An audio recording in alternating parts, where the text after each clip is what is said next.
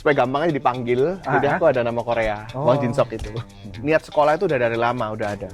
Karena pengen bikin parfum sendiri gitu. House perfumer itu adalah kalau misalnya seorang perfumer, gua kan seorang perfumer, di hire oleh brand tertentu, brand-brand kelas atas itu ngambil dari Indonesia, ngasih awareness ke orang-orang bahwa kita nih Indonesia ini kaya. Bukan berarti gue melihat gue ini Korean minded banget, enggak. Kejuaraan yang memang sedikit profesional. Gue bilang sedikit ya. Nenek gue itu ngefans banget sama timnas. Dan dia masih excited nonton Indonesia. Excited. Dan selalu pakai jersinya Indonesia kalau nonton. Maksudnya gue itu pernah di suatu di Miss Universe. Semua tuh pasti berharapan untuk bisa jadi juara. Aduh. Pertanyaan yang sangat memukul. Gua dari tadi bisa jawab ya kan pertanyaan yang lu kasih sampai satu titik ini goodbye.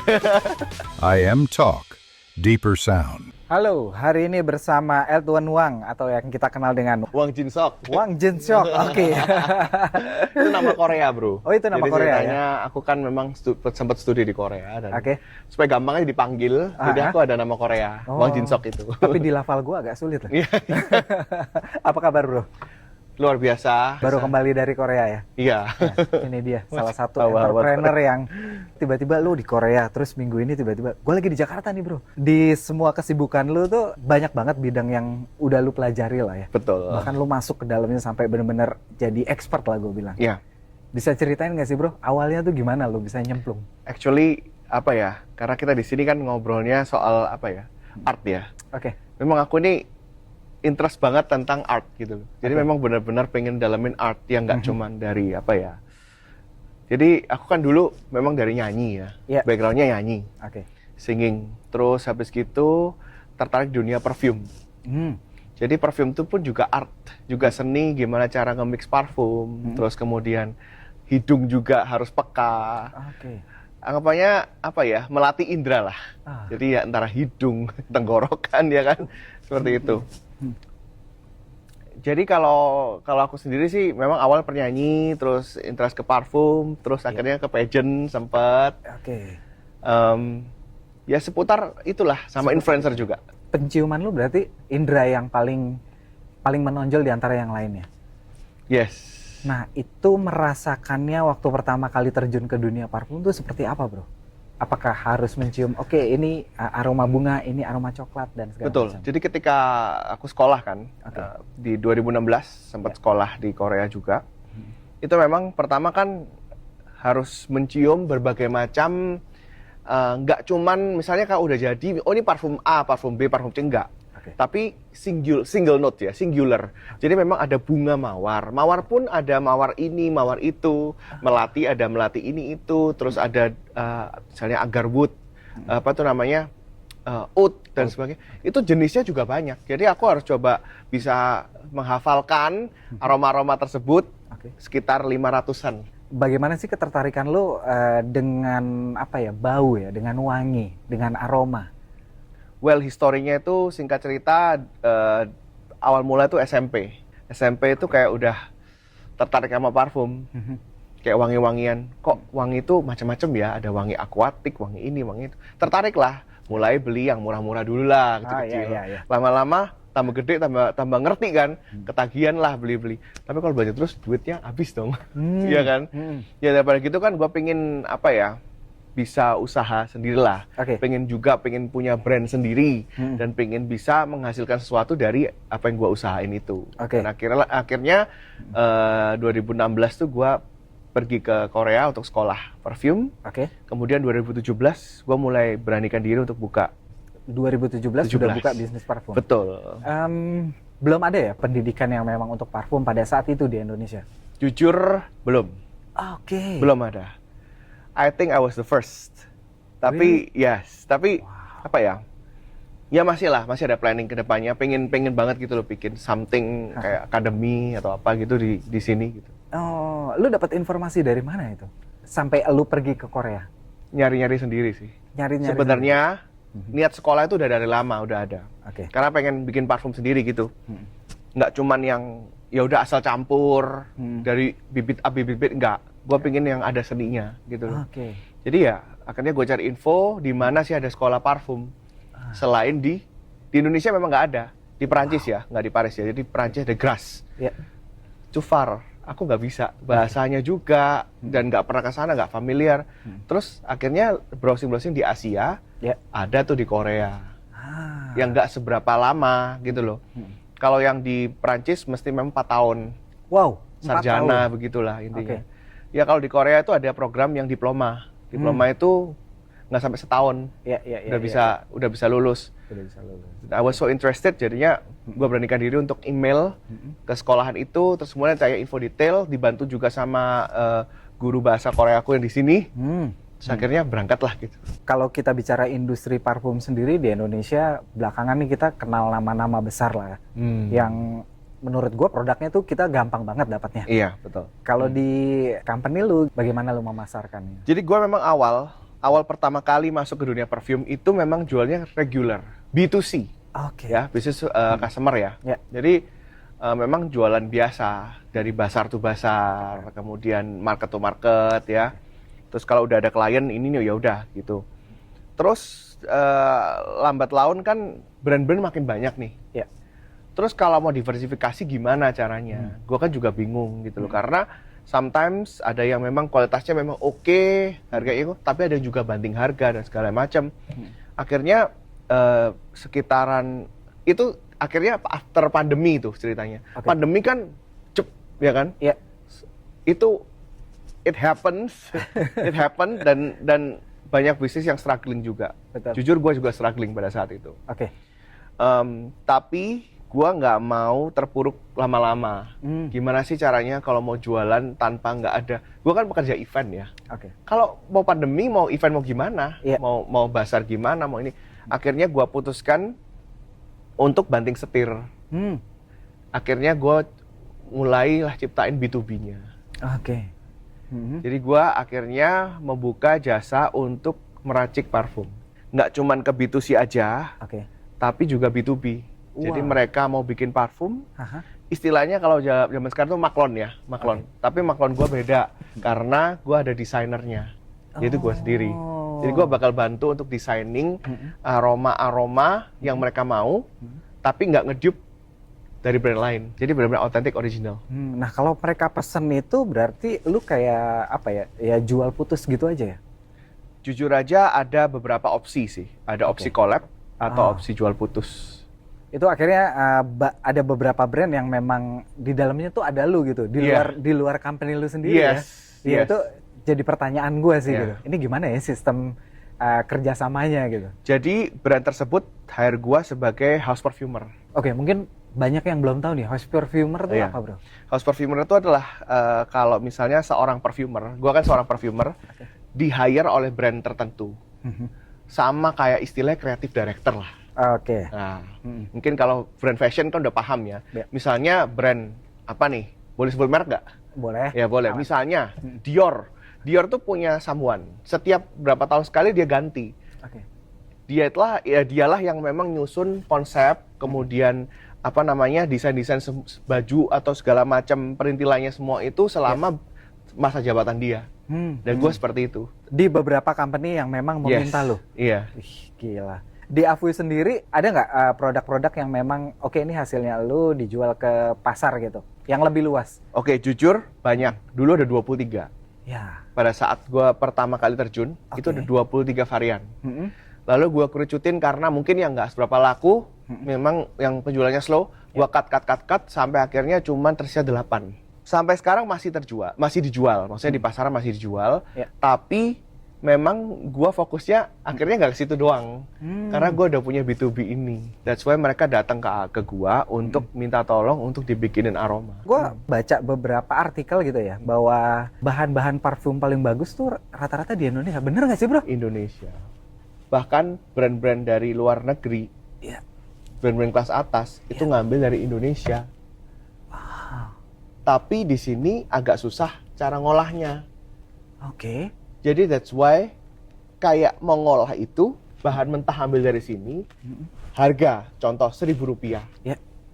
Dieksporlah ke luar negeri kan. Di luar negeri diolah, orang sini beli lagi. Harganya udah Rp50.000.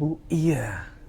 Betul. Padahal bahan ini kalau kita olah sendiri kan bisa yang kita jual harga Rp50.000 itu kita gitu loh. yang dapat duit juga kita, harusnya kayak gini. Wow. Dan sampai sekarang kita belum bisa mengolahnya? Sebenarnya sekarang udah lumayan banyak ya. Oke. Karena udah industri parfum itu udah mulai melek ya. Orang-orang udah mulai melek ya sekarang. Jadi kayak makanya aku mau memanfaatkan momentum ini buat ngasih awareness ke orang-orang bahwa kita nih Indonesia ini kaya. Bahan-bahan juga banyak. Jadi instead of ngimpor, ya kalau ada bahan dari sini, why not? Kenapa nggak kita iniin sendiri gitu? 2017, 2016 tuh gue merasa alone. Wah, mau cari apa itu susah. Mau cari bahan-bahan susah. Oke. Gue harus kemana nggak tahu. Botol juga belum ada. Dulu harus mau cari bahan harus ke luar negeri yang sudah jadi. Oke. Gue kan nggak bisa ya. Maksudnya zaman dulu kan gue cuman untuk parfumer yang biasa karena diploma, yaitu gue cuman nge-mix aja. Nggak bisa yang gue menyuling lah, itu kan beda ranah gitu loh. Jadi gue bingung mau cari di mana. Akhirnya impor lah. Tapi masa mau terus-terusan impor? Padahal mereka juga ngambilnya tuh dari sini loh. Ya itu salah satu bentuk apa yang tadi kita omongin gitu, bahwa di pusat sendiri regulasinya tidak mudah ya. Harusnya kalau lebih dipermudah semuanya juga mudah. Akhirnya sekarang kan udah selang berapa? 8 tahun nih sekarang. 8 tahun udah perubahannya udah lumayan loh. Iya. Zaman dulu nggak ada brand parfum lokal. Sekarang belinya lokal. Gua lihat udah ada 400-an parfum. Wow. Itu sih. Di luar itu lu beberapa kali ngeluarin single gitu. Terakhir single lu tuh Castle in the Sky ya? Castle in the Sky. Iya, tapi Castle in the Sky itu collab. Jadi satu tuh sama VXN. Terus habis gitu yang gua single itu terakhir 4 ya. Oke. Ada apa aja tuh singlenya? Gue sampai lupa. Udah lama gak nyanyi, malu banget gak sih? Ada Strong Killer. Ada Killer. Yang pertama kan Pain. Iya. Pain itu gua awal pas pandemi. Pusing kan? Pusing kepala. Pain, makanya Pain kepala pusing. Bisnis kayak gini, kayak terhenti kayak gini gimana. Akhirnya ya gua bikin single nganggur iseng-iseng gitu kan. Bikin single, bikin video klip. Ya lumayan lah gitu lah, lumayan. Akhirnya Killer, Strong. Pain itu lu nulis pada saat pandemi, yang artinya wah lu pengen ngeluarin sesuatu gitu ya. Itu sebenarnya semua sih. Jadi Pain itu pada saat ininya benar-benar pas pertama kali it hits ya. Pas pandemi hits kita nggak tahu mau ngapain apa segala, terus gua keluarin Pain. Tapi itu Killer. Killer tuh udah kayak I don't give a damn about thing, kayak misalnya ya udahlah mau diapain lagi. Akhirnya gue rilis yang ketiga itu Strong Painkiller. Strong itu emang untuk yang bangkitin kita. Proses itu tuh lu lakukan sendiri dengan cara yang seperti apa sih? Apakah nada dulu atau bagaimana? Semua sih dari recording ini ya, dari handphone ya. Jadi misalnya voice note lah. Voice note ya humming aja dari situ, terus gue ada ide apa, terus dari lirik apa segala. Gue juga dibantu teman-teman juga dari teman-teman VXN. Mereka juga yang support aku juga kayak gitu. Jadi ya akhirnya terjadilah single-single tersebut. Lu sering banget gitu keluar ke Korea. Terus lu sempat bikin trip betapa lu cukup mencintai budaya Korea dan di dalamnya ya. Dari mana sih datangnya kecintaan itu? Gue sendiri memang kalau Korea tuh udah dari 2012. First visit ke sana, tapi sebelumnya gue udah ngikutin ya kayak drama apa segala. K-pop kadang-kadang sometimes. Tapi kalau gue sendiri memang lebih suka dengan drama historicalnya dan sejarah-sejarahnya. Keren banget. Dan juga ketika gue kesana pun dari 2012 ke 2025 terakhir beberapa hari lalu gue visit ini, itu perkembangannya jauh banget. Bener-bener mereka itu gila banget sih. Matter of teknologi, market budaya apa segala, itu advance-nya tuh gila. Dari rentang waktu 13 tahun. Gue tuh pengen banget Indonesia bisa kayak gitu loh. Bukan berarti gue melihat gue ini Korean minded banget, enggak. Tapi paling enggak kita tuh bisa berkaca dari mereka. Dan juga bisa mempraktekkan di Indonesia tuh kayak begitu gitu loh. Maksudnya yang ditiru yang bagus-bagusnya. Menurut lu hal paling dasar yang bisa diterapkan? Misalnya masalah disiplin kita jauh banget sama Jepang. Very simple. That's the point. Masalah disiplin. Dan juga ketika kita percaya, misalnya, gue taruh something di bus atau di ATM atau di mana, gue ketinggalan loh, tas di atas ATM. Gue udah naik kereta, terus habis gitu baru sadar, gue balik lagi di sana, barang masih ada. Itu di public space ya? Public space. Dan rame? Rame. Bahkan gue lihat ada handphone di kereta, jatuh di bawah, nggak ada yang punya, nggak ada yang ngambil juga. Mereka malah ada orang ngambil, ditaruh di atas. Bukan ngambil untuk dibawa pulang ya? Ditaruh di atas. Itu small things yang memang di sini harus dirubah. Dari hal itu sebenarnya mereka itu paling nggak kita itu bisa belajar dari mereka kayak gitu. Iya, dari simpel, hal simpel. Dari begitu itu kemajuan itu kan pasti dibentuk dari otak juga. Betul, mindset. Mindset kalau memang bisa udah disiplin, bisa lebih mentalnya itu lebih up gitulah. Ya gue yakin pasti bisa. Karena di Indonesia ini kaya loh. Banget. Sumber daya alamnya. Betul. Dan juga manusianya juga banyak. Bro, kalau hobi menulis lu tuh datang dari mana sih bro? Sampai lu bisa bikin skrip yang menurut gue skripnya menarik sih. Sebenarnya gue sendiri itu dari dulu suka banget. Nah ini apa ya? Kayaknya patetik banget deh ya kalau nyeritain di sini. Ya gue kan anak tunggal. Oke. Ya, gue nggak tahu misalnya mau bicara sama siapa. Kalau di rumah misalnya kan papa mama kerja, di rumah mungkin sama nenek. Terus nenek juga pasti ya sometimes sibuk sendiri, adik juga pergi. Ya gue misalnya sendirian ngapain dong, bingung. Akhirnya gue kayak nulis cerita aja, bikin aja cerita. Dari begitu akhirnya kayak banyak aja ide dan fantasi yang ini gue bisa ada cerita ini nih, gue ada cerita ini. Jadi kayak stoknya tuh banyak. Jadi that's why gue juga punya banyak stok cerita. Lu nggak kepikiran gitu dengan karir lu yang memang sekarang udah punya brand dan lu jadi brand ambassador beberapa produk gitu, bahkan klinik kecantikan gitu. Iya. Lu mencoba menuangkan cerita lu menjadi sebuah buku atau apapun. Gue sendiri sebenarnya, kan nggak berapa doyan baca ya. Tapi gue suka dongeng, suka nulis. Nah itu gue mikir, orang bakal baca nggak ya? Seorang Edwan, memandang kesuksesan itu seperti apa sih? Kesuksesan itu sebenarnya nggak melulu harus misalnya, oh aku kaya, aku populer apa segala, nggak juga sih. Menarik nih. Tapi ketika kita bisa achieve sesuatu lebih daripada biasanya, jadi lebih daripada biasanya itu udah dianggap sukses buat aku. Pencapaian kecil itu jangan dianggap sepele, gitu loh. Jadi kayak orang sometimes ya, ini gue udah, kalau misalnya teman-teman gue pasti gue bilangin.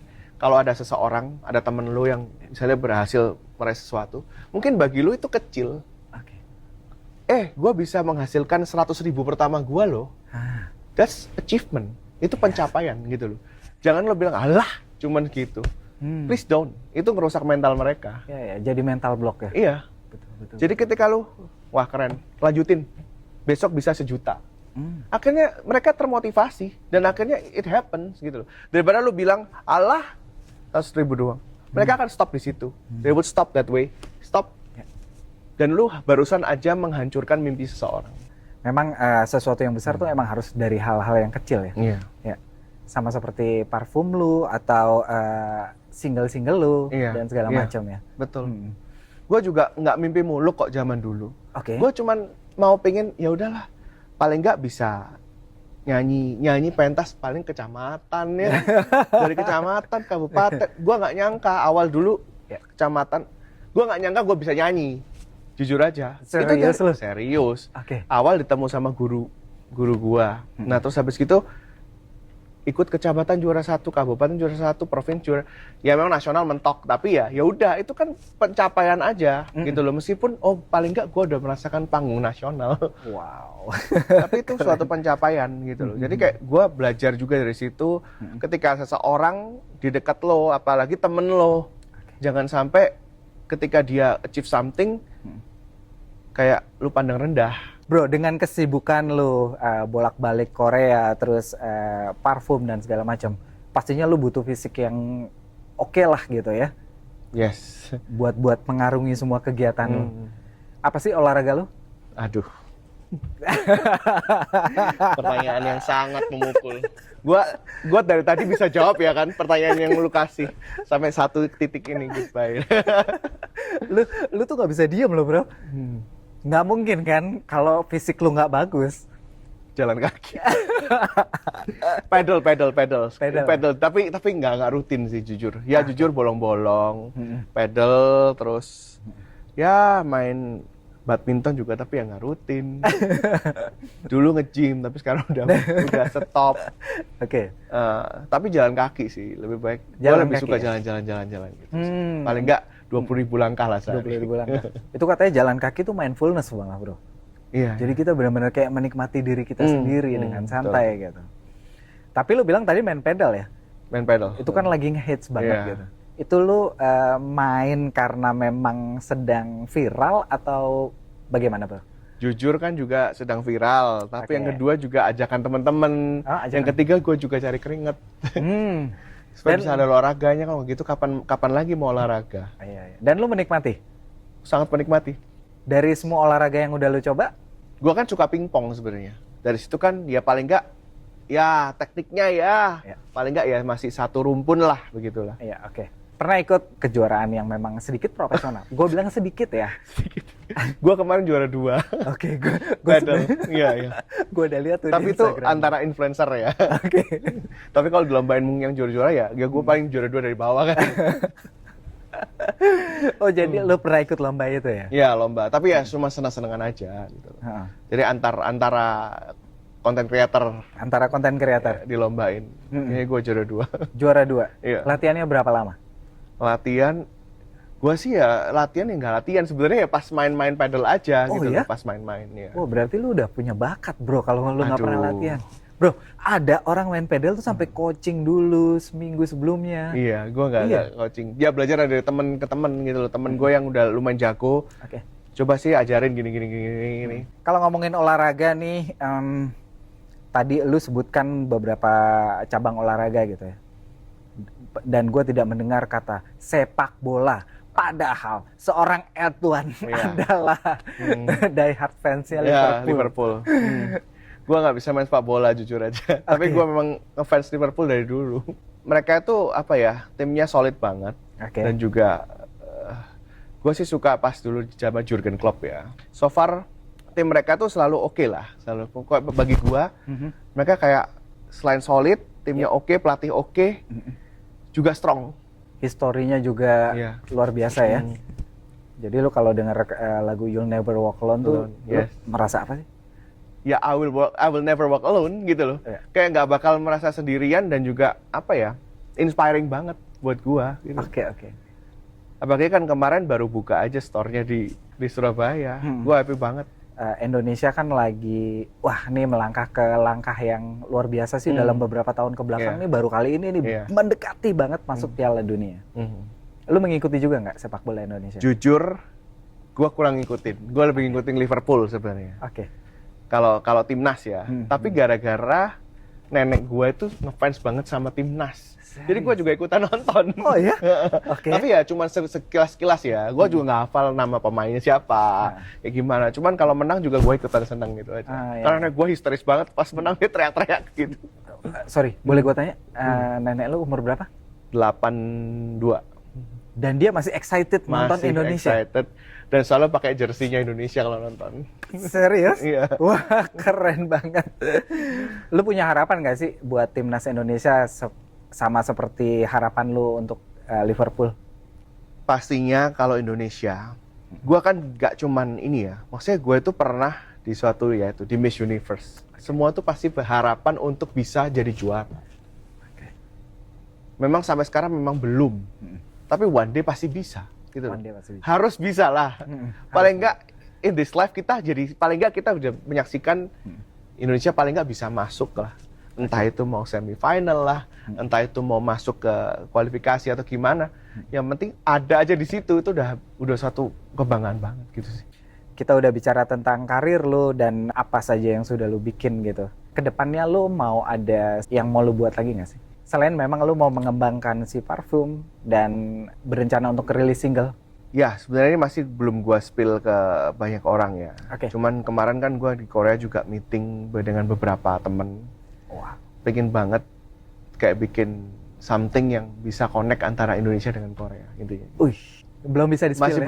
belum bisa spill karena masih jumbled, masih bongkar pasang lah idenya. Nanti soon bakalan aku mulai spill. Ada kaitannya dengan edukasi? Yes. Wah, gila. Jadi lu mencoba membawa kultur di sana yang memang sudah maju gitu. Yes. Wah, gila. Pengen Indonesia sih butuh banyak orang-orang kayak lo ya. Ada beberapa temen gue juga kayak gitu sih. Sering keluar, akhirnya dia ngelihat, oh ada budaya-budaya yang bikin Indonesia harusnya bisa maju nih. Dibawa. That's my point. Kapan tuh rencananya? Doain aja tahun depan ya. Awal tahun depan semoga ada jalan juga. Karena teman-teman di sana juga mendukung banget. Karena teman-teman gue yang di sana, mereka juga suka banget sama Indonesia. Oh ya. Mereka juga bolak-balik tinggal di Indonesia. Teman-teman Korea gue yang di sana. Jadi kita tuh kayak bener-bener pertukaran banget budaya. Jadi mereka pernah tinggal di sini stay lumayan lama, kayak berapa bulan. Gue juga pernah di sana, juga lumayan lama. Jadi kita saling tukar pikiran, apa sih yang bisa dikembangkan dari Indonesia dan Korea. Kalau menurut teman-teman lo yang di sana, apa yang menarik sih dari Indonesia, bro? The culture.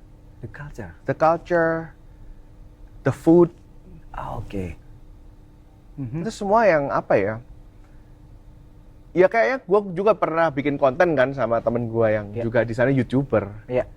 Jadi pas itu datang ke sini, yuk kita cari makanan Indonesia, makanan Surabaya yang sama makanan Korea. Akhirnya gue ada tuh di channelnya dia, Bandung Opa namanya. Akhirnya cari-cari, oh ternyata makanannya ada yang mirip-mirip loh, gitu loh. Oke. Jadi lucu aja. Gitu. Dari sisi menarik. Rasa atau bentuk dan rasa. Bentuk dan rasa. Wow. Jadi kalau ini namanya apa di Korea, ini namanya apa di Surabaya kayak gitu. Contoh cakwe. Oke. Cakwe di sana kwabegi. Itu mirip bentukannya. Sampai sekarang nih kalau ngomongin Korea, banyak banget budaya yang di sini tuh jadi booming sekali gitu. Salah satunya film lah. Dan cerita di sana tuh begitu dibawa ke sini, kok relate banget ya? Banyak banget tuh kayak yang terakhir gue nonton apa ya? Miracle Number 7 apa? Iya, gitu. Cell Number 7. Oh iya itu dia. Jadi emang sebenarnya budayanya tuh deket banget ya. Banyak persamaan gitu kehidupannya mereka dan kita. Jujur aja, ya ini kan sekitar joke aja ya. Colokannya aja sama. Colokannya Indonesia sama Koreanya bolongannya sama. Jadi ya kita pasti ada kekerabatan lah budaya. Ada something yang bisa kita bridge lah antara Indonesia dan Korea. That's one of my dreams, biggest dreams kayak gitu sih. Gue sih berharap salah satunya di musik ya. Yes. Karena K-pop tuh udah yang bisa gila. Makanya itu. Wow. Makanya itu. Sampai karena pendapatan terbesar, men. Iya benar. Nggak bisa dipungkiri karena mereka pendapatan terbesar dari K-pop. Karena apa ya?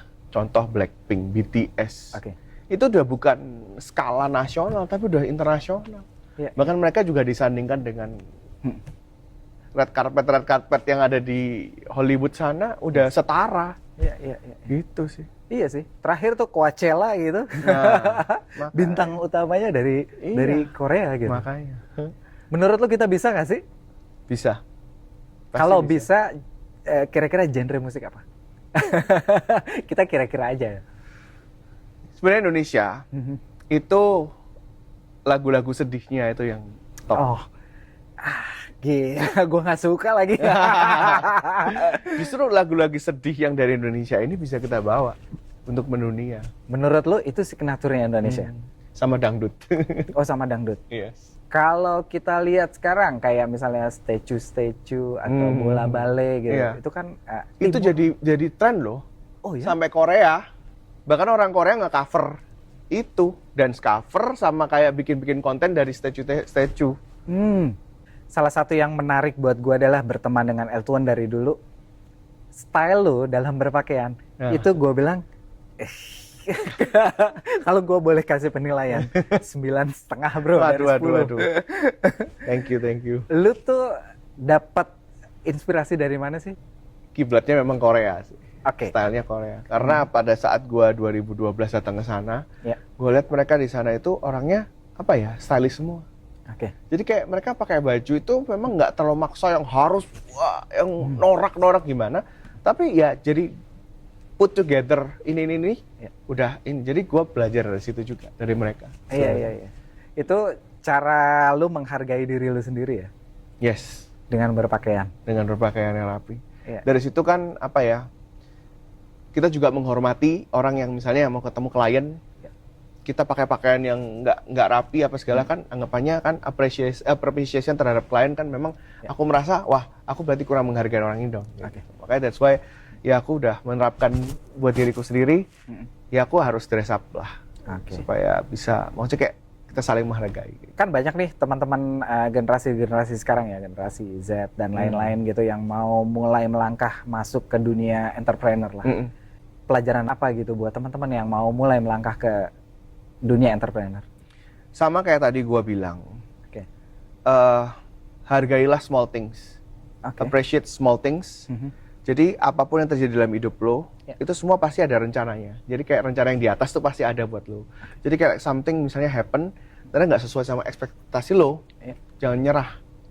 Karena itu mungkin close door itu adalah open door ke another opportunity yang lain gitu loh. Kalau misalnya kita stuck di sini, ya udah jangan maksain di sini gitu loh. Ya udah pindah aja ke yang lainnya. Terus kalau misalnya lu dapat misalnya something ya, gue merasa gue udah effort kayak gini-gini, tapi kok hasilnya cuma segini. Itu cuma sekali try again, coba lagi. Gue juga nggak cuma sekali, 2 kali, 3 kali trial ini itu. Parfum juga bukan 1 kali doang gitu, udah selesai jadi enggak. Itu gue sempet berapa puluh kali gagal. Iya, stres iya. Karena pas ngeracik parfum, kok baunya kayak begini. Gimana gue udah terlanjur ambil bahan baku yang segitu baik dengan modal gue yang terbatas, gue ambil banyak gitu, kapan mau balik modal. Terus akhirnya ketika gue usahain tapi gue nggak stop di situ, akhirnya di trial misalnya ya contoh dari 40 trial akhirnya gue berhasil di trial 41. Tapi kalau gue stop di 25 ya gue nggak akan pernah nge-reach yang 41 itu, dimana itu adalah ternyata poin lu berhasil. Tapi lu sebenarnya kalau menekuni satu hal, lu punya limit waktu nggak sih? Kan ada beberapa orang yang, oke, gue akan coba ini 3 bulan. Kalau 3 bulan nggak berhasil, gue akan pindah. Gitu. Lu menerapkan hal itu nggak? Jujur aja nggak, karena gue percaya bahwa nanti pasti akan ada jalannya. Misalnya gue sekarang harus stop nyanyi nih. Nggak berarti gue akan stop nyanyi forever. Karena mungkin di next year akan ada opportunity lain untuk gue bisa nge-up nyanyi gue. Jadi gue keep dulu. Lu keep dulu ya? Bukan berarti ditinggalkan? No, never. Jadi jangan sampai lu lupain bakat lu yang lama gitu. Jadi ketika kesempatan lu datang, ada something yang lu bisa ini dari bridging dari situ. Perbincangan yang menarik bersama Edwan. Terima kasih sekali. Semoga apa yang lu rencanakan ke depannya jadi kenyataan semua. Gue sih menunggu banget ya gebrakan lu untuk Korea dan Indonesia itu. Terima kasih Bro Edwan. Thank you. Sampai ketemu. Thank you.